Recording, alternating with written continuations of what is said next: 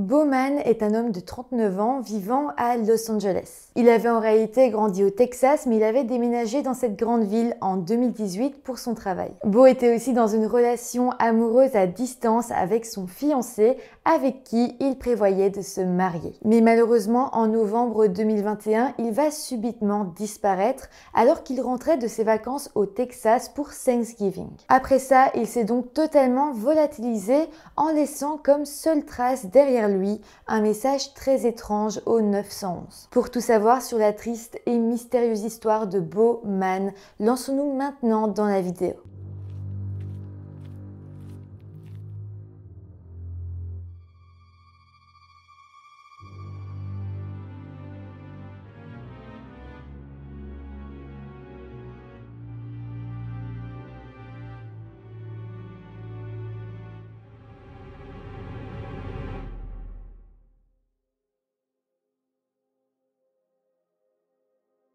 Hello tout le monde, j'espère que vous allez bien. Aujourd'hui, je vous retrouve pour une histoire qui est assez récente, qui est irrésolue, mais vous allez voir qui est totalement palpitante. Aujourd'hui, c'est la dernière vidéo de ce marathon du mois d'avril. C'était assez dingue, vraiment merci à tous ceux qui sont venus tous les jours ou presque. C'était trop chouette de pouvoir vous retrouver tous les jours. Je dis pas que je vais refaire ça très bientôt parce que c'est énormément de travail, c'était énormément de travail, mais en tout cas c'était vraiment un plaisir, c'était vraiment chouette et je vais essayer de faire un peu plus souvent, par exemple des semaines de marathon de vidéos, ce sera plus facile à gérer je pense pour moi. Mais voilà, j'y suis arrivée, je suis vraiment contente, je suis assez fière de moi et j'ai vraiment été heureuse de pouvoir vous offrir ce petit rendez-vous au quotidien. Je vais pas parler plus longtemps, mais en tout cas, merci beaucoup du fond du cœur à tous les nouveaux abonnés, à tous les anciens. Vraiment, c'était super chouette. Mais voilà, maintenant que c'est dit, lançons-nous dans cette vidéo. Bowman est né aux États-Unis dans l'État du Texas, dans la ville de Post. Ses parents se sont malheureusement séparés lorsqu'il était jeune et il a alors grandi en voyageant entre la maison de son père au Texas et celle de sa mère dans le Massachusetts. Mais voilà, en 2018, à l'âge de 36 ans, pour les besoins de son travail, il est parti vivre à Los Angeles, en Californie. En 2021, Beau était alors un homme de 39 ans qui était fiancé à un homme qui s'appelle Jason Abbate et avec qui il était maintenant en relation à distance parce que Jason habitait dans l'état du Michigan, c'est-à-dire à l'autre bout des États-Unis. En fait, Beau et Jason s'étaient rencontrés 5 ans auparavant sur un site de rencontre alors qu'ils se trouvaient tous les deux au Texas. Ils n'avaient par contre pas réussi à se voir directement parce qu'ils n'étaient pas dans la même ville, mais le coup de foudre avait tout de même eu lieu. Ils s'étaient finalement rencontrés des semaines plus tard à New York et après ça, ils avaient décidé de bâtir ensemble une relation. Mais bon, au final, ils vivaient chacun une vie dans un état différent. Mais le couple fonctionnait tout de même très bien et ils avaient alors construit leur relation en partie par messages et appels vidéo. Mais voilà, quand ils le pouvaient, ils se voyaient et ils avaient d'ailleurs prévu de se marier le 11 juin 2022 et ensuite sans doute d'habiter ensemble. Il faut savoir que du haut de ses 39 ans, Beau essayait de trouver une certaine stabilité dans sa vie. En fait, lorsqu'il était plus jeune, il avait fait face à des problèmes de toxicomanie. Il s'en était alors sorti et clairement, il avait décidé de faire de ce passé compliqué une réelle force dans sa vie. Il avait alors développé une application pour téléphone qui s'appelle SoberGuard et qui avait pour but d'aider les personnes à traverser à leur tour des problèmes de toxicomanie. Alors sur son site internet, l'application est décrite comme un accès facile à une assistance privée à tout moment et à n'importe quelle étape du parcours de récupération. L'application était alors là pour réellement offrir un soutien à tous ceux qui essayaient de rester sobres et c'était alors un projet qui tenait vraiment à cœur à Beau et qui d'ailleurs lui permettait de très bien vivre. Donc son application fonctionnait très bien et elle lui rapportait un bon revenu et Beau était alors devenu un réel homme d'affaires qui voyageait énormément. D'ailleurs, il faut savoir que pendant ses voyages, il emmenait très souvent Jason, son fiancé, avec lui. Jason dira même « Je pense qu'il y avait 27 endroits différents où lui et moi avions voyagé. Nous étions toujours dans un avion pour nous rencontrer quelque part. » Mis à part ça, Beau vivait, comme je vous l'ai dit, à Los Angeles, mais sa famille vivait au Texas. Il voyait donc sa famille que très rarement, mais par contre, il leur écrivait au quotidien. Par contre, évidemment, il essayait toujours de rentrer chez sa famille pour fêter avec eux les grandes fêtes de l'année. Ce fut d'ailleurs le cas pour le jour de la Thanksgiving 2021,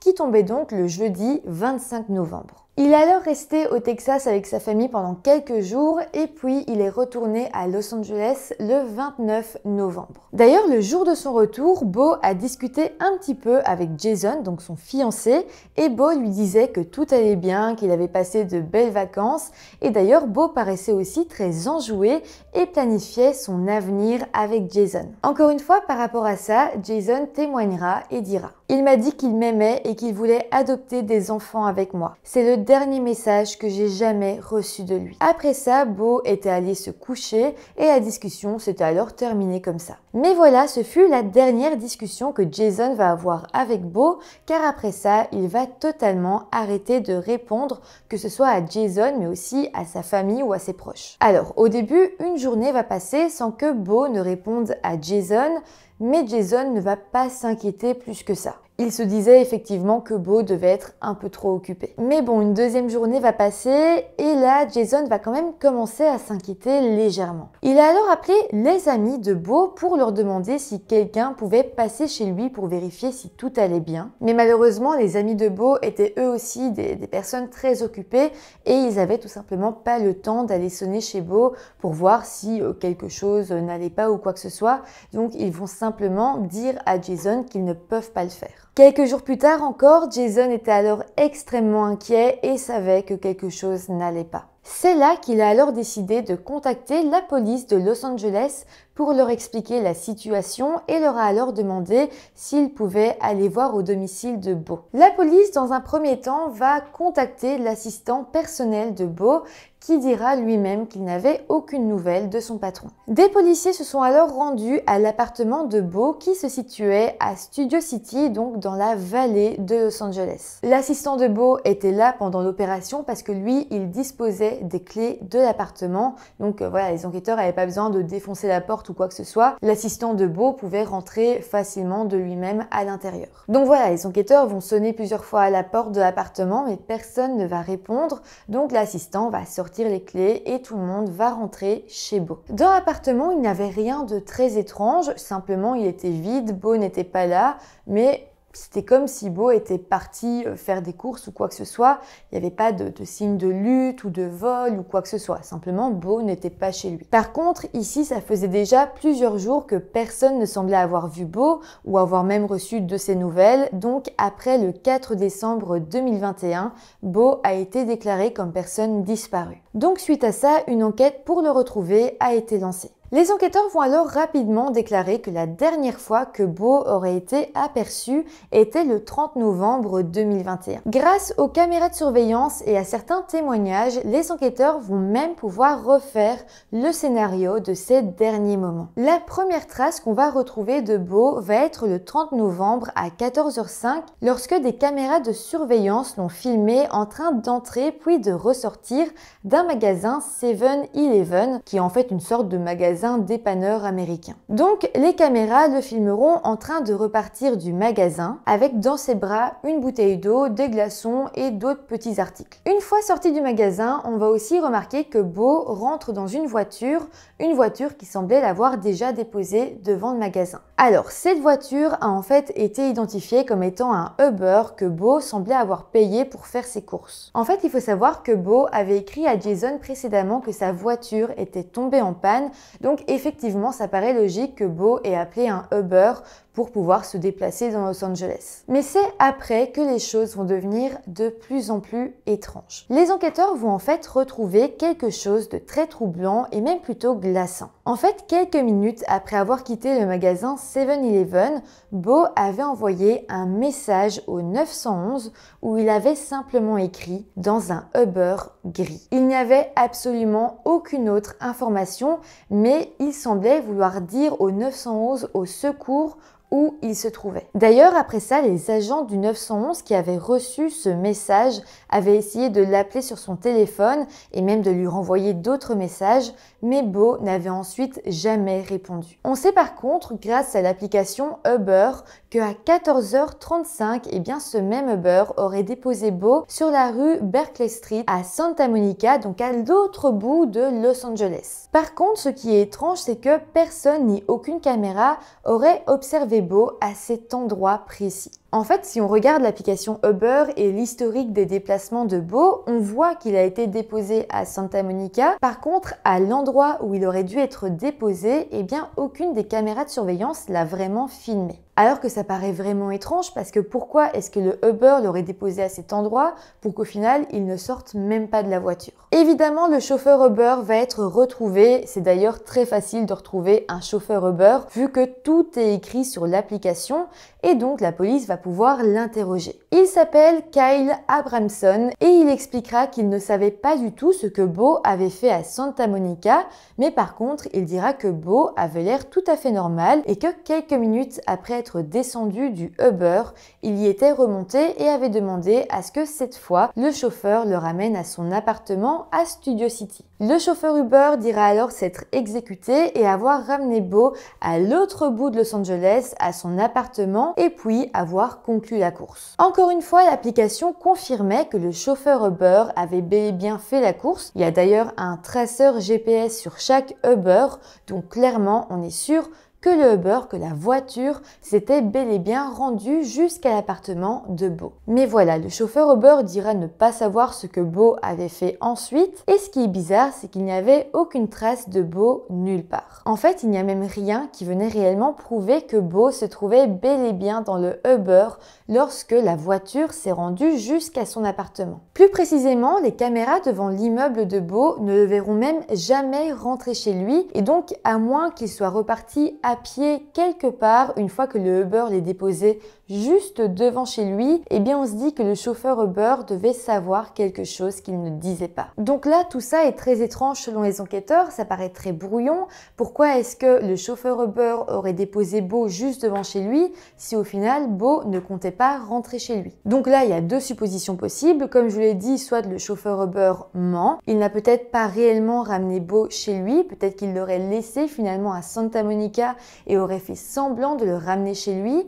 Ou alors, Beau voulait cacher quelque chose et donc il a demandé à ce qu'on le ramène devant chez lui, mais il aurait en fait marché autre part, ou ça on ne sait pas. Mais bon, clairement, la piste du chauffeur Uber un peu louche était envisagée par les enquêteurs. La piste la plus probable soit que le chauffeur Uber ait peut-être fait du mal à Beau, surtout que rappelez-vous, il a quand même envoyé un message au 911 en disant qu'il était dans un Uber gris. Le fait que même à Santa Monica, il n'y ait eu aucune trace de Beau alors qu'il était censé être descendu de Uber montre que déjà là, peut-être il serait arrivé quelque chose à Beau. Tout ça ne reste que des hypothèses, mais effectivement, la situation est assez étrange pour réellement se poser des questions. La police a évidemment essayé de retracer le téléphone portable de Beau, mais malheureusement, ils n'y arriveront pas parce que après ce message envoyé au 911 alors qu'il était à bord de son Uber, eh bien son téléphone n'émettra plus aucun signal. La famille de Beau ainsi que son conjoint vont être interrogés, je le précise non pas comme des potentiels suspects, mais afin d'aider les enquêteurs dans leurs recherches. Il disait alors que peut-être quelqu'un en aurait voulu à Beau pour une chose ou l'autre et peut-être qu'il aurait mis au point un plan macabre pour le faire disparaître. On sait que Beau avait une vie à 100 à l'heure et que comme je vous l'ai dit, il voyageait énormément. Les policiers voulaient alors vérifier si dans toutes les personnes qu'il avait croisées dans sa vie, quelqu'un aurait pu lui en vouloir assez que pour planifier sa mort. Assez rapidement, les proches de Beau vont alors dire qu'ils étaient sûrs et certains qu'il avait été victime d'un acte criminel.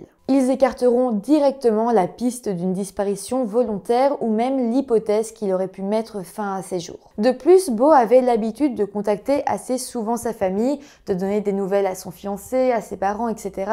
Ça paraissait impossible qu'il ait juste oublié d'envoyer des messages ou qu'il soit parti à l'étranger sans leur dire.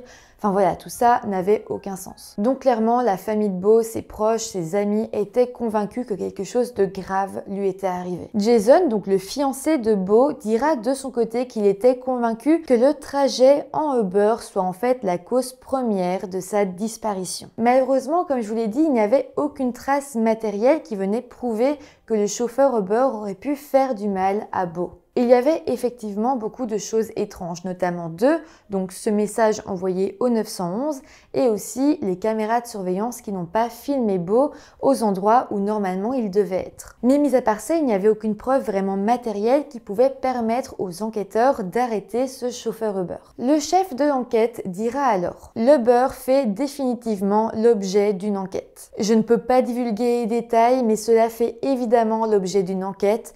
Nous avons des mandats de perquisition en attente pour obtenir des informations sur les enregistrements de téléphones portables et les emplacements GPS. La famille de Beau ainsi que son fiancé Jason vont alors décider de mettre en place une énorme campagne pour essayer de faire connaître un maximum le cas de la disparition de Beau. Ils vont alors parler le plus possible aux médias, donner le plus possible d'interviews, ils vont faire des lives sur Instagram, sur Facebook, des vidéos TikTok.